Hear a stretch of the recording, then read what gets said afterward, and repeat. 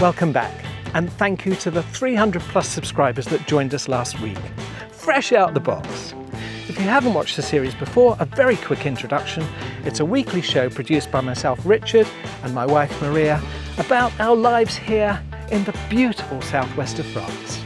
This week, we're looking at that very special deal that's been negotiated by Keir Starmer, the new EU-UK deal, and let's see what impact that has on us here living in France.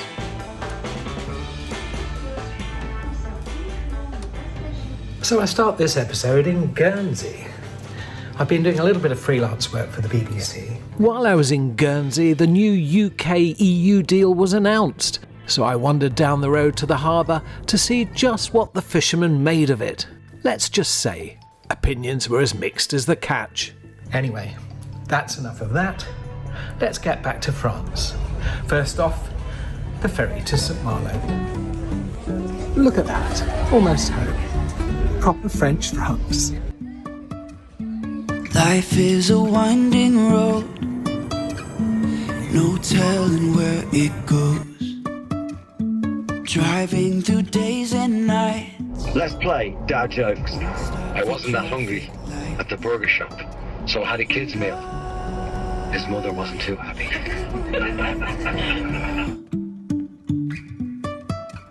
If I figure out where the road goes. Well, that, as they say, is it. Petit and bijou.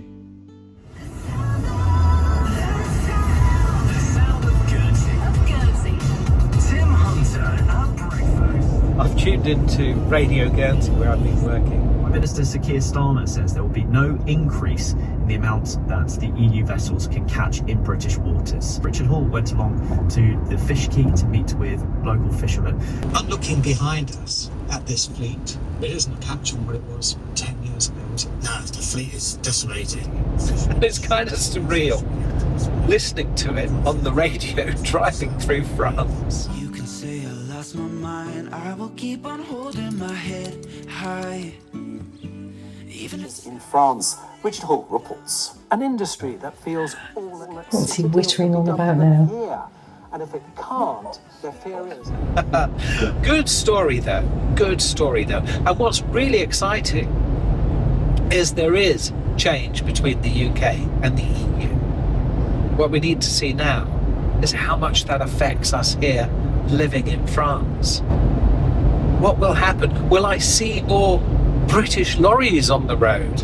Will my Haribo game be ruined? Because at the moment I get 10 bonus Haribos if I see a UK lorry. I can get really fat if we see lots more lorries on the roads. Home in about 2 hours. even if the sky is falling down, yeah, the sky is falling down.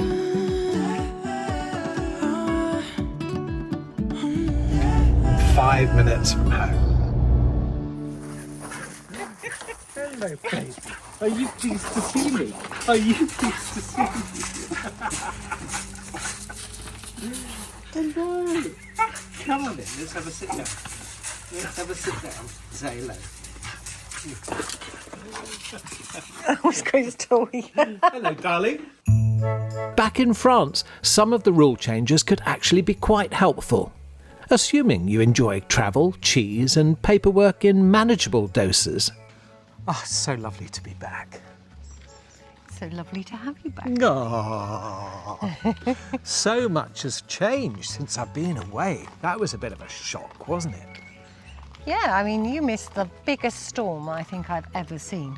Oh, I was talking more about the EU-UK deal, but the storm was bad. See, the storm was horrendous. I've taken some videos. Have you? Yep. Well, let's have a look.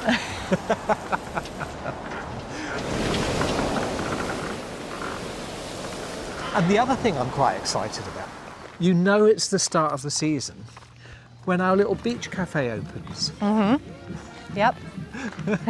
They had a wonderful band. Well, I'll leave you make your mind up about the band. Have a listen to this.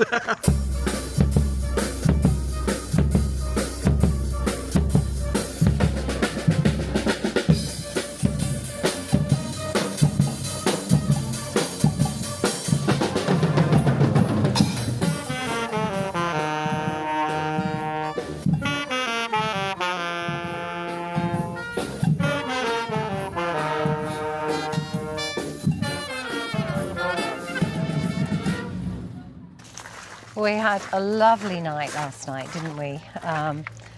Ted's birthday, his 70th. Ted's birthday. Do you remember Ted and Tina? We did an interview with them. Ted, Tina and his mum Maggie. That throuple, they called themselves. The nicest throuple ever. Oh, absolutely gorgeous.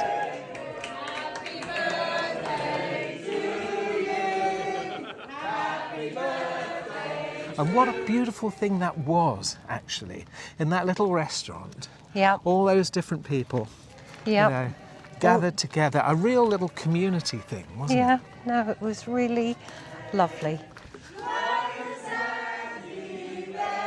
Nice people, nice evening. We were lucky to be invited. So anything else I should know about whilst I've been away? Any other? Did the boat sink? No, the boat's still No, here. but you did ask me to go out in the middle of the storm and check on it. And the answer wasn't very polite, Look was who's it? just got into the boat. Where are you going? do you want to learn how to drive? We're not going out in the boat. Oh, bless him. Oh, look at him. You were very clever. He does love the boat, doesn't he? Gosh, he's nightmare in the car, but absolutely loves the boat. No, he thinks if I sit over here, Yeah. they can't get me. Oh well, that's enough of that. I've been doing a little bit of research on what's been going on between the UK and France, so I think it's time to put my little reporting hat on and tell everybody about it. Oh, is that the time? So what does the new EU-UK deal mean for us? Well, it's brilliant news if you're travelling through airports, because e-gates are back on the cards.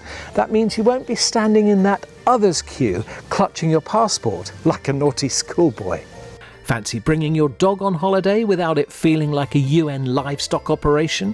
If you're travelling with your pet, that's good news too, because pet passports are coming back. And that means no more last-minute panic visits to the vet and all that horrible paperwork. Obviously, if you already live here, then you've already got your pet passport. So that's, you know, it's not so much of a change for us. But those bringing pets into France, that's a huge difference. Yes, you can finally bring your sandwich, because obviously the real threat to Europe was cheddar.